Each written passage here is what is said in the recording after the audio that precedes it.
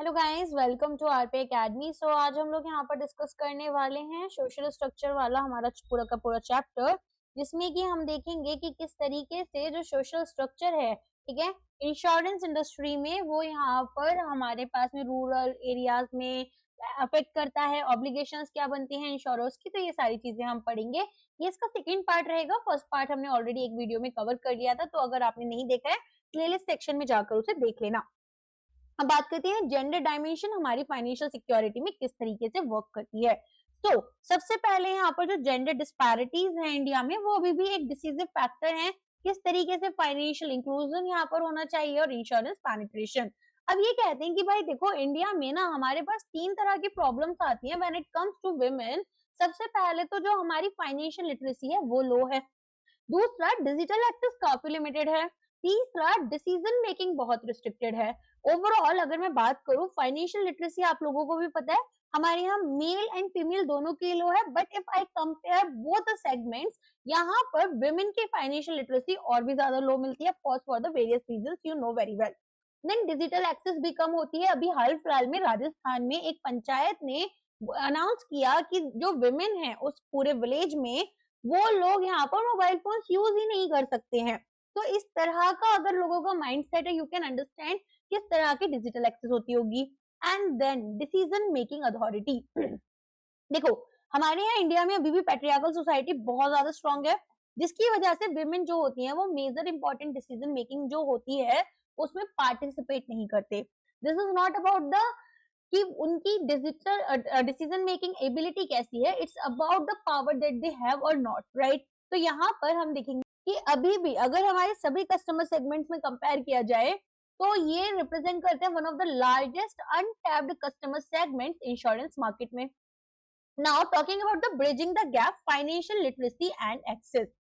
अगर हम देखें, हमारे पास इंडिया में केवल 20% ऐसी विमेन हैं जिनके पास में, ठीक है, डिजिटल लिटरेसी है कंपेयर टू 27% मैन। अब यहाँ प्रधानमंत्री जनधन योजना में हमने देखा कि जो जेंडर गैप था वो थोड़ा नैरो डाउन हुआ था बैंक अकाउंट ओनरशिप में, जो कि 20% से 6% पर आ गया। ऑलमोस्ट 48% विमेन अकाउंट जो थे वो लेकिन स्टिल हमारे पास इनएक्टिव रहे।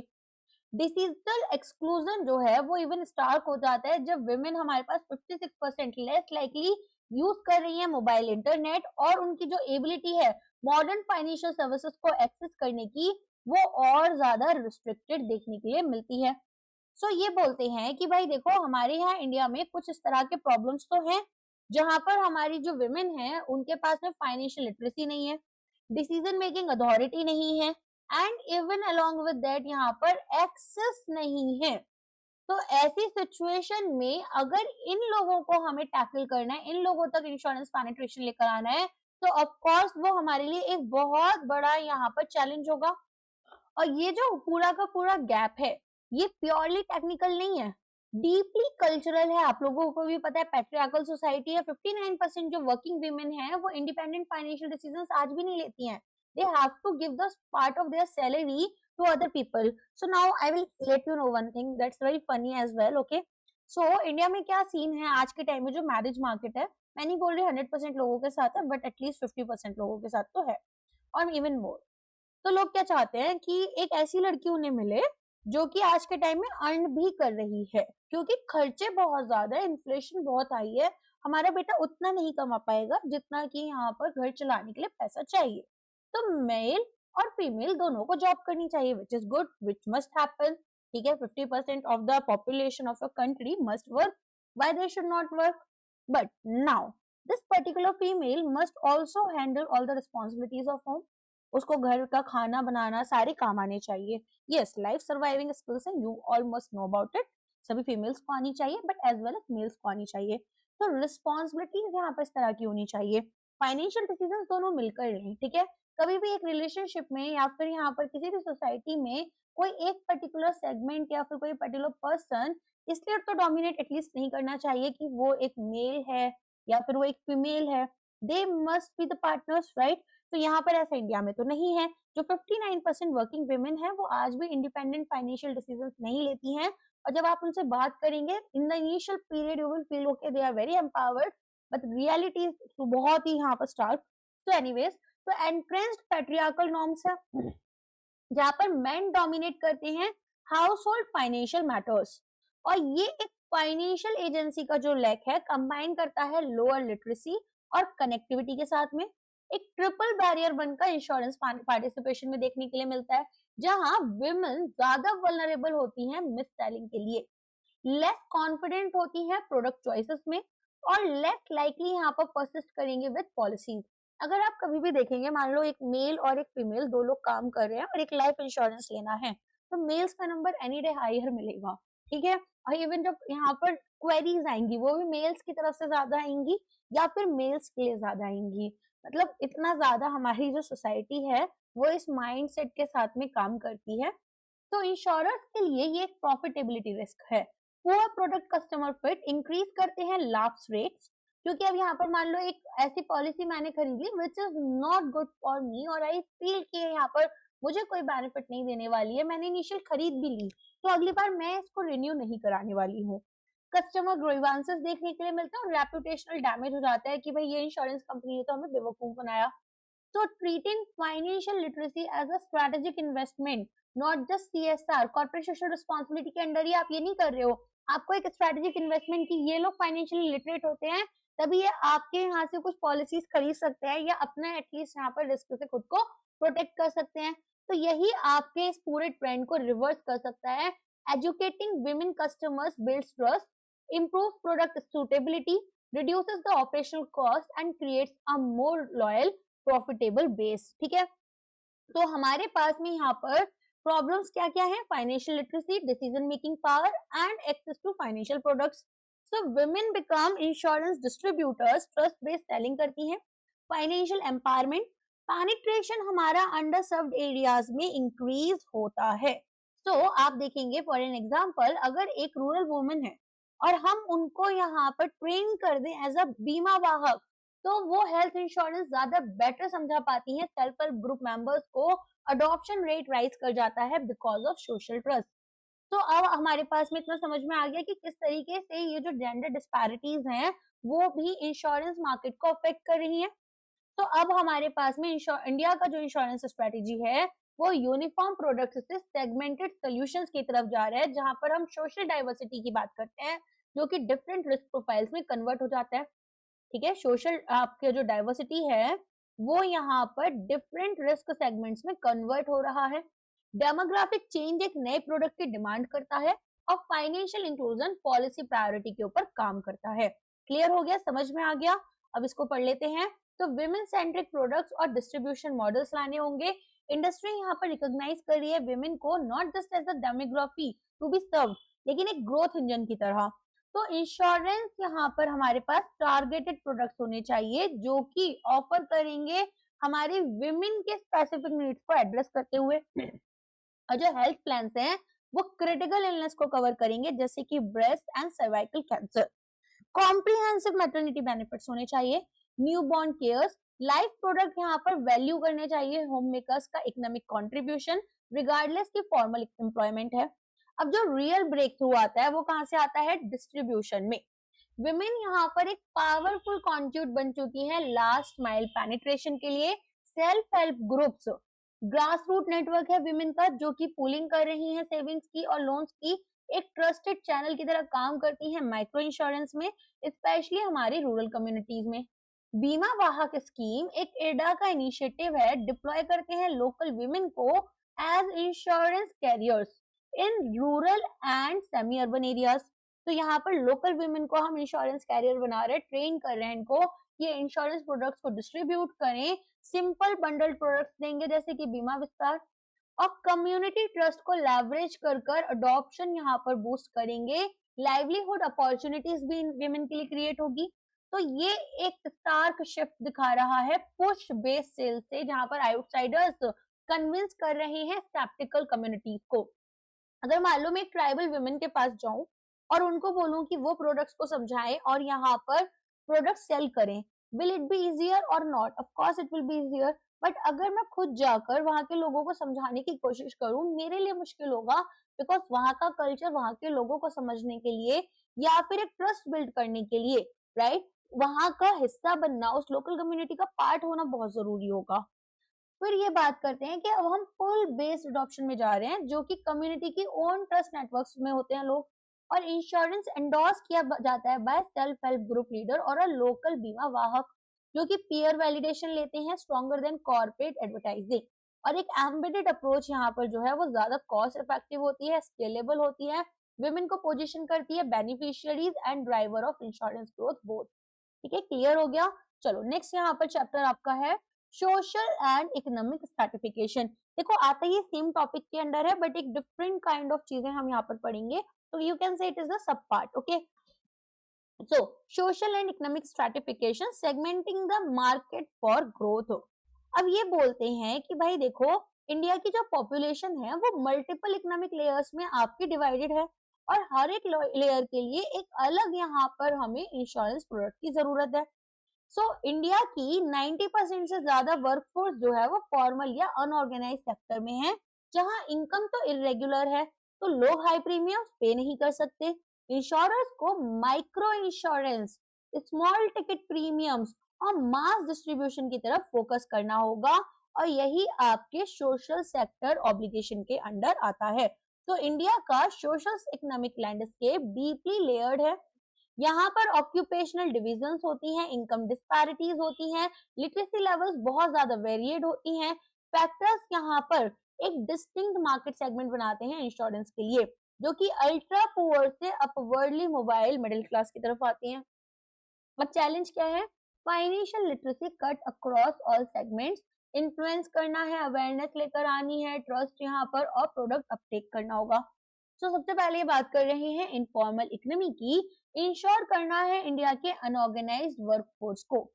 तो डोमिनेंस इनफॉर्मल सेक्टर का है, ये आपको पता ही है, single most important structural feature बन गया, और हमारे पास बिगेस्ट चैलेंज और ग्रेटेस्ट अपॉर्चुनिटी की तरह काम करता है लॉन्ग टर्म फाइनेंशियल इंक्लूजन के लिए। तो स्केल यहाँ पर profiling the 90% without formal benefits, size and economic weight में ये कहते हैं कि जो अनऑर्गेनाइज सेक्टर है ये 90% से ज्यादा इंडिया की वर्कफोर्स को एम्प्लॉय करता है, जहां 440 मिलियन लोग हमारे पास 2019-20 के अकॉर्डिंग, ठीक है, कंट्रीब्यूट कर रहे हैं over 50% of gross value added. अब हमारे पास कुछ डिफाइनिंग कैरेक्टरिस्टिक्स हैं। सबसे पहले तो जिस जॉब में ये काम कर रहे हैं वहां पर फॉर्मल कॉन्ट्रैक्ट्स नहीं है, और प्राइवेट सेक्टर की तो रियलिटी है इंडिया में, तो कितने भी फॉर्मल कॉन्ट्रैक्ट्स हो उसके बाद में भी जॉब का कोई पता नहीं है, राइट। जैसे मान लो अगर आप, इंडिया की लॉज ये बोलती है कि भाई 45 डेज के लिए यहाँ पर आपको कॉम्पनसेट करना होगा if you are laying off the worker, but how many companies are actually paying that much amount. फिर पेड लीव की बात होती है, और employer provided social security. Incomes यहाँ पर लो है, इरेगुलर है, अनसर्टेन है, तो फिक्स मंथली प्रीमियम बहुत मुश्किल है सस्टेन करना। इंडिया की आईटी पूरा का सेक्टर जो है, आईटी सेक्टर, वो बूस्ट इस चक्कर में किया कि हमारे पास में लोगों को अंडर पे कर रहे हैं। So this is such a sad thing. Occupations range करती हैं एग्रीकल्चर एंड कंस्ट्रक्शन से रिटेल, स्मॉल मैन्युफैक्चरिंग और गिग इकोनॉमी की तरफ। तो हमारे पास में यहाँ पर अगर मान लो एक डेली वेज वर्कर है, वो 20,000 रुपए की तो साल की पॉलिसी ले नहीं सकते, लेकिन एक 330 रुपीज का या 446 रुपीज का हमने ईयरली एक्सीडेंट कवर इनको सेल किया, ये फिजिबल है। सो लो मार्जिन पर कस्टमर है, लेकिन लार्ज कस्टमर बेस हमारे लिए एक वायबल बिजनेस मॉडल बना रहा है, राइट। तो यहाँ पर आप देखेंगे कि इंश्योरेंस क्यों स्ट्रगल कर रहे हैं, इंश्योरेंस कंपनीज को क्या दिक्कत आ रही है। सबसे पहले तो आइडेंटिफिकेशन इश्यूज। अब बहुत ही कम फॉर्मल एम्प्लॉयमेंट है या इनकम यहाँ पर रिकॉर्ड्स हैं। अब कौन यहाँ पर किसके घर पर काम कर रहे हैं, मेट्स में या किसी की छोटी शॉप पर कितने लोग यहाँ पर काम कर रहे हैं, या कितने स्ट्रीट वेंडर्स हैं, ये सारी चीजें आइडेंटिफाई करना अपने आप में बहुत मुश्किल है। फिर affordability barriers, immediate consumption needs यहाँ पर हमेशा रहती हैं, जो कि परसीव्ड इंश्योरेंस बेनिफिट्स को आउटवे कर देती हैं।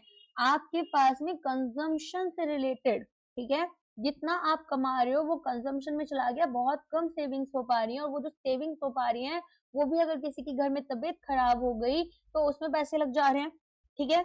So product mismatch, traditional insurance models with fix premium यहाँ पर इनकी इरेगुलर इनकम फ्लोज जो हो रहे हैं, राइट, उसके साथ में मैच नहीं कर रहे। फिर आते हैं डिस्ट्रीब्यूशन चैलेंज। देखो इंडिया में गिग वर्कर इकोनॉमी का ये हाल है कि जोमैटो, स्विगी, जैप्टो, राइट। इसके अलावा भी अभी आजकल तो वो भी एप्लीकेशंस आ गई हैं कि आप अपने घर पर किसी को बुलाकर काम करा सकते हैं, थोड़ा बहुत छोटा-मोटा। सो ये इतना ज़्यादा ये बिज़नेसेस जो हैं रन आसानी से क्यों कर पा रहे हैं? क्योंकि इंडिया में इस तरह का एम्प्लॉयमेंट, इनफॉर्मल एम्प्लॉयमेंट या फिर इस तरह के काम करने वाले लोग बहुत ज़्यादा हैं। तो ग्रुप इंश्योरेंस मॉडल, जहाँ एम्प्लॉयर एक एग्रीगेटर बने, ये without a formal employer employee link, ये डिस्ट्रीब्यूशन चैलेंज है।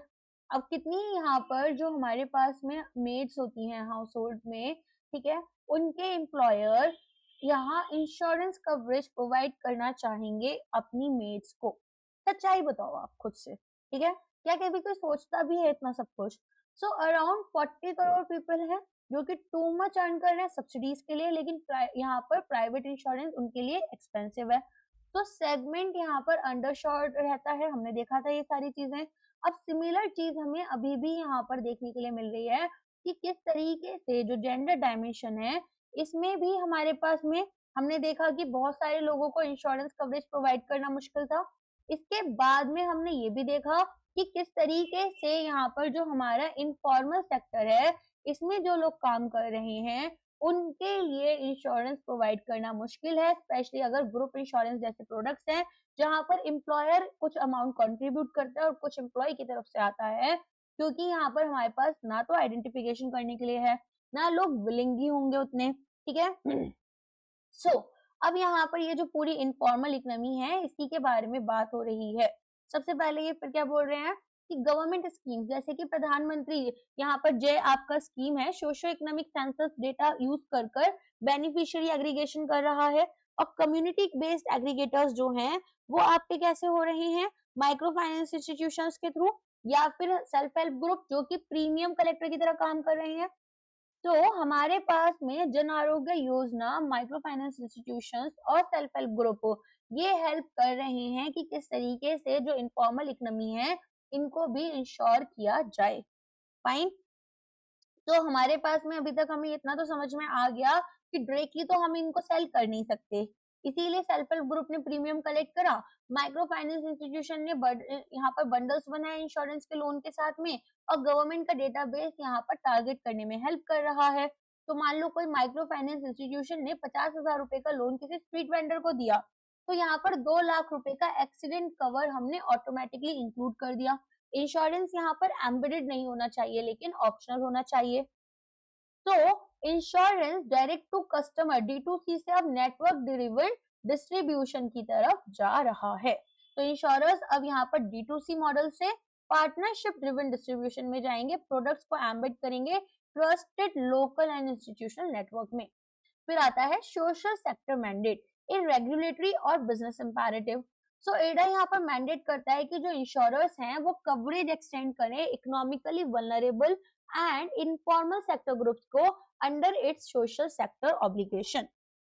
सो सोशल सेक्टर में जो अनऑर्गेनाइज सेक्टर है, इसमें इकोनॉमिकली बैकवर्ड क्लासेस और एंटरप्राइजेस को अगर हम साथ लेकर चले, जहां पर उन एंटरप्राइजेस में जहां 10 से कम वर्कर्स हैं, तो ये unorganise worker social security act 2008 के अंदर आएंगे। अर्लियर यहाँ पर पॉलिसी काउंट से प्रीमियम शेयर चलता था। 2024 से हमने डिसाइड करा कि एटलीस्ट 10% जो टोटल इंश्योर्ड लाइफ हैं वो आपकी सोशल सेक्टर में होनी चाहिए। ये बोल रहे हैं कि एडा ने ये बोला कि इंश्योरर्स को कवर करना है वल्नरेबल ग्रुप्स को भी, और ये बोला गया कि 10% जो इंश्योर्ड लाइफ्स हैं वो आपकी अलग अलग सोशल सेक्टर से आनी चाहिए।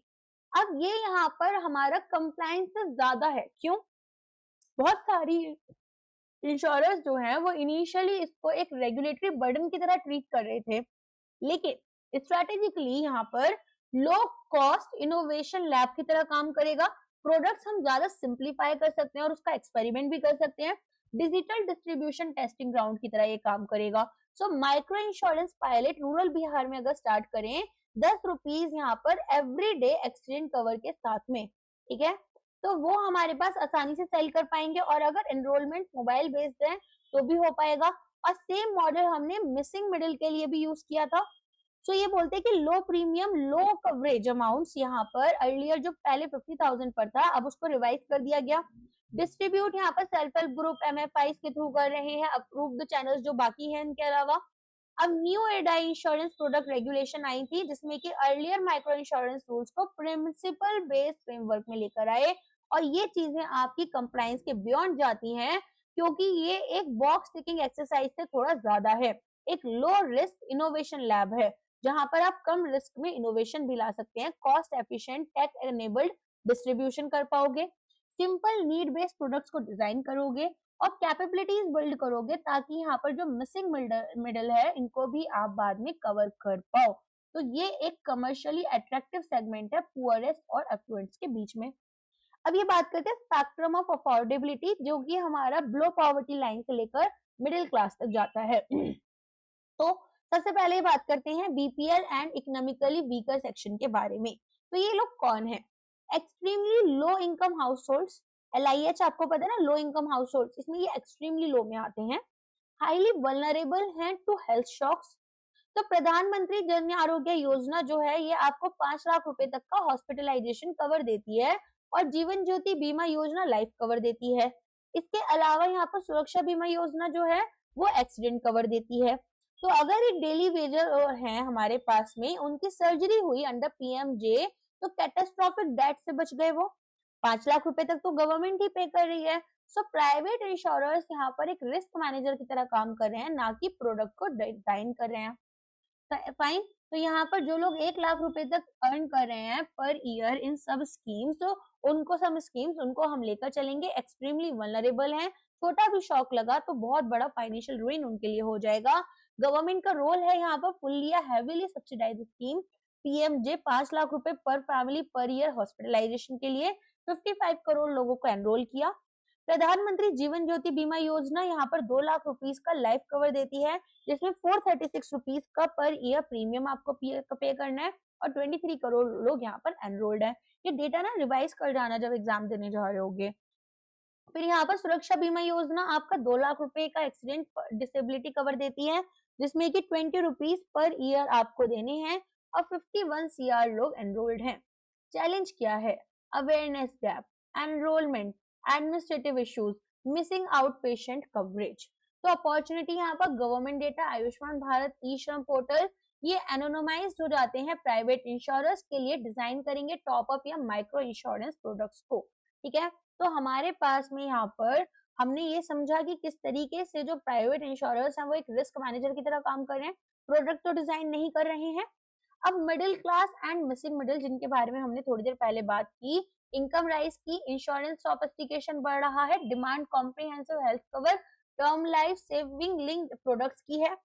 अब मिसिंग मिडिल, जिसमें कि 400 मिलियन लोग आते हैं आपके, ये इतने भी गरीब नहीं है कि इनको PMJ आवास इसमें जन आरोग्य योजना में लेकर आए, और ये यहाँ पर 25,000 रुपए का प्रीमियम हेल्थ पॉलिसी जो है वो भी अफोर्ड नहीं कर सकते, क्योंकि घर में और भी बहुत खर्चे हैं।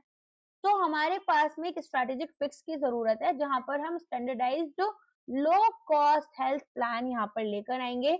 GST वेवर या सब्सिडी होनी चाहिए, कंपटीशन सर्विसेज के ऊपर बेस्ड होना चाहिए, ना कि हमारी प्राइसिंग कॉम्प्लेक्सिटीज के ऊपर।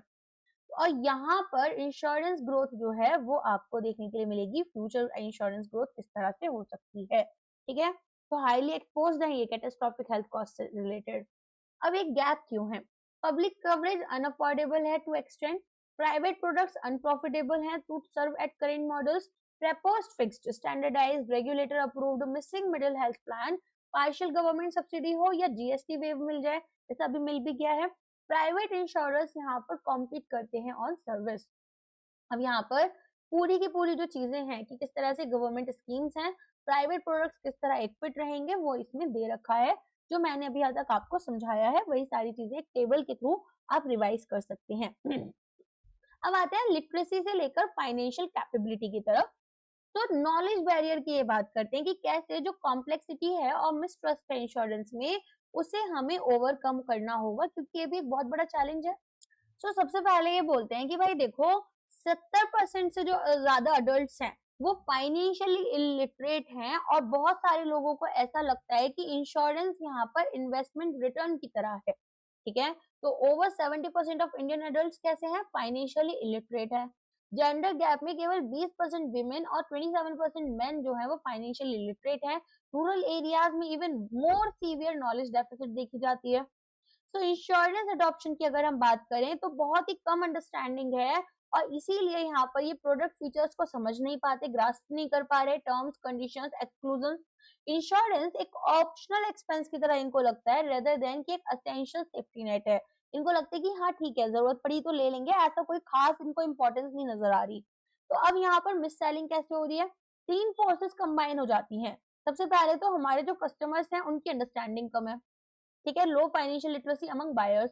फिर यहाँ पर जो प्रोडक्ट के स्ट्रक्चर्स इंडिया में बनाए जाते हैं जैसे यूलिप्स वगैरह, ये बड़े कॉम्प्लेक्स होते हैं समझने में।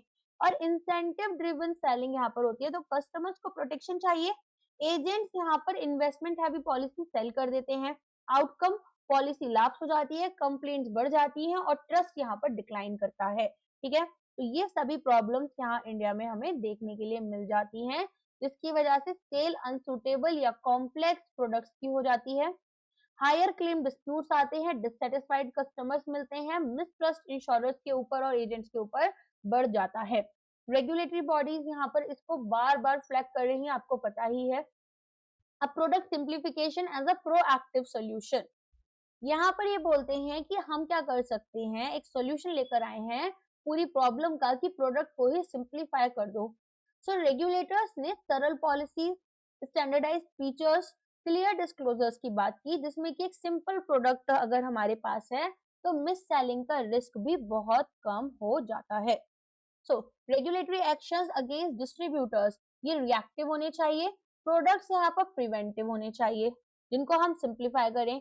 सरल series, standardise, transparent, easily comparable products होने चाहिए, क्लियर बेनिफिट्स, अपॉर्चुनिटीज यहाँ पर मिसरिप्रेजेंटेशन की कम हो जाए, इन्फॉर्म डिसीजन मेकिंग यहाँ पर होनी चाहिए। अगर लो लिटरेसी है भी तो ऐसा नहीं है कि आप किसी को समझा नहीं सकते हो, सबका फर्स्ट टाइम होता है ना पढ़ने का, तो जब पहली बार पढ़ते हैं कम समझ आता है, दोबारा पढ़ते हैं तो ज्यादा समझ आता है, तीसरी बार में हमें लगता है कि हमें बहुत अच्छे से समझ आ गई हैं चीजें। तो ट्रस्ट बिल्ड करना है और यहाँ पर जो डिस्प्यूट्स हैं वो हमें रिड्यूस करने हैं।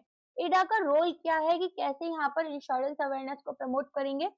सबसे पहले कंज्यूमर एजुकेशन इनिशिएटिव्स की बात होती है।